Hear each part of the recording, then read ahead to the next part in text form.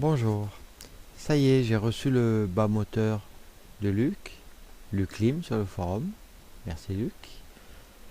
Et je vous présente tout ce que je vais faire avec. Ici, le déballage avec la protection pour les goujons.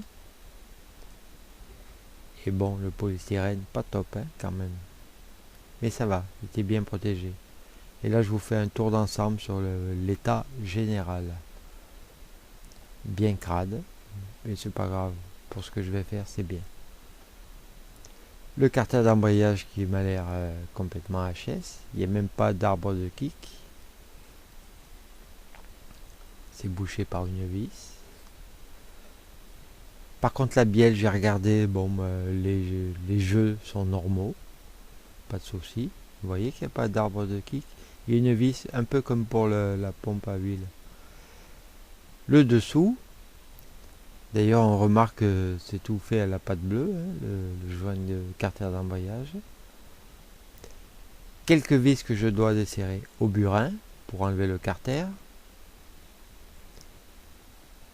Mais bon, je jette à mesure. Ici, voilà l'exemple de la pompe à huile enlevée avec une étanchéité intérieure-extérieure, boulon, rondelle, joint. L'intérieur du carter d'embrayage avec quelques réparations bizarroïdes.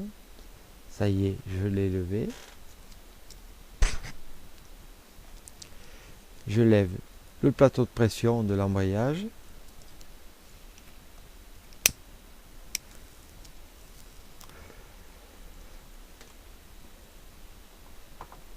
Je lève le poussoir d'embrayage, détordre la rondelle pour pouvoir dévisser l'écrou. Avant ça, je défais l'écrou du pignon de vélo grâce à la clé magique qui maintient de l'autre côté sur le volant.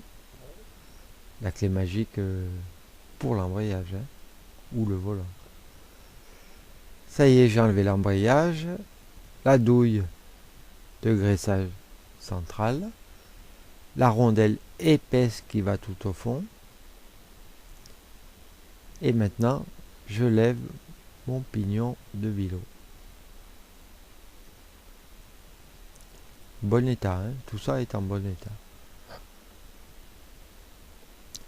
Je prends les photos exprès pour repérer pour le remontage après. Enfin, cette partie-là, ça va, je connais. Ici, je vous montre la clavette.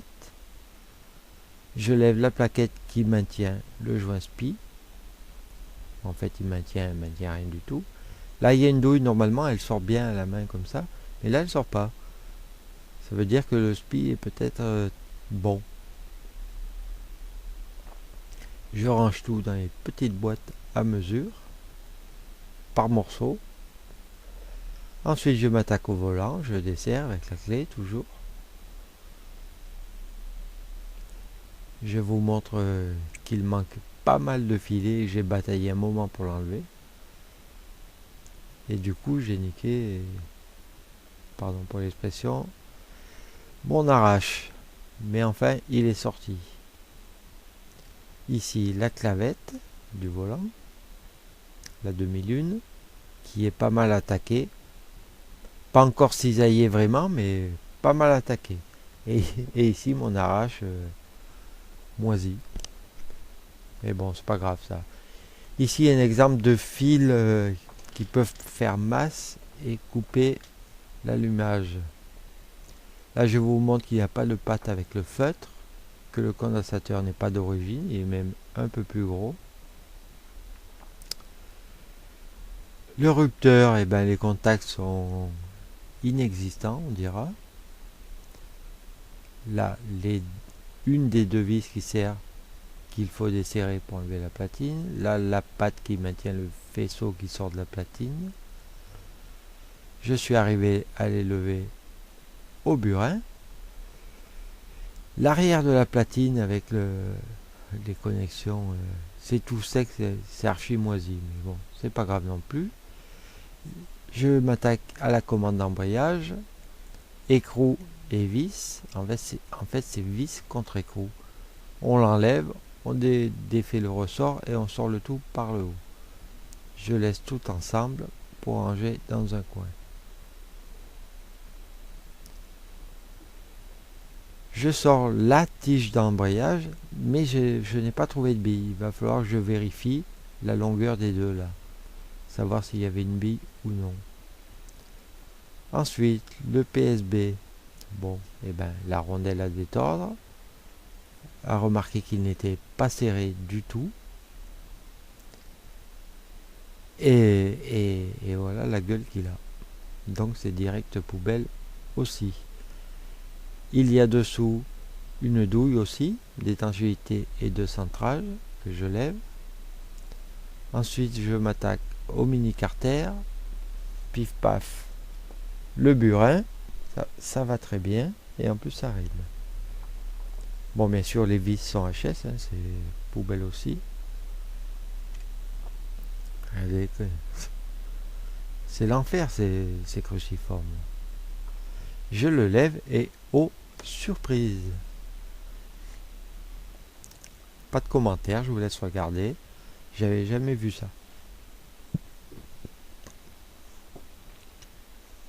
Pas un pet d'humidité ni de gras, que de la rouille archi sèche.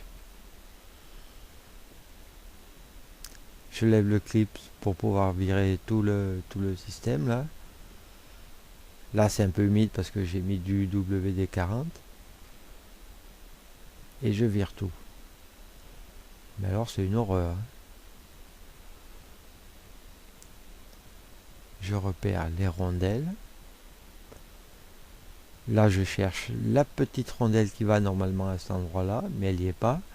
Et apparemment les deux à droite et à gauche du mamelon là sont restés collés dessus. Et voici où j'en suis côté carter volant. Et voici où j'en suis du moteur. Et là je vous montre, eh ben je ne sais plus quoi. Bon, quoi qu'il en soit, je range tout soigneusement, par morceaux et donc les petits bocaux. Et finalement je mesure et effectivement c'est un modèle sans billes. Voyez la différence de longueur?